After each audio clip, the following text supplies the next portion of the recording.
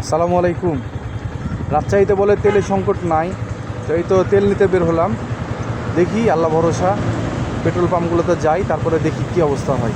চলেন, সামনে যে কয়েকটা পেট্রোল পাম্প আছে দেখাবো যে তেলের কি অবস্থা, তেল পাওয়া যাচ্ছে না কি হচ্ছে।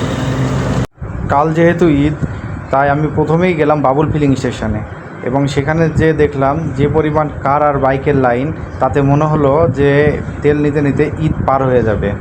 তো ওইখানে থেকে আমি চলে গেলাম সোজা সপ্তকে, এবং সপ্তকে যে দেখলাম যে সপ্তক বন্ধ। তারপরে কিছু করার নাই, চলে গেলাম হচ্ছে তালাইমারির নয়ান পেট্রোল পাম্পে, রুয়েটের অপোজিটে, এবং সেটা বন্ধ ছিল। কিছু বাইকার ভাই সেখানে অপেক্ষা করছিল তেলের জন্য। তারপরে আমাদের রাজশাহীর ফেমাস সাফরিন ফিলিং স্টেশনে গেলাম, এবং সেখানে যে পরিমাণ লাইন, তাতে মনে হয় ঈদের 3 দিনেও তেল পাওয়া যাবে কিনা সন্দেহ। এই পরিমাণ লাইন আমি মনে হয় আমি কখনো তেলের জন্য দেখি নাই। তো কিছু করার নাই, হতাশ হয়ে বাসার উদ্দেশ্যে রওনা দিলাম। এবং আস্তে আস্তে একটা কথা চিন্তা করলাম যে সকল বাইকার ভাইরা তেল নেওয়ার চিন্তা করছে, তাদের জন্য এক বালতি সমবেদনা।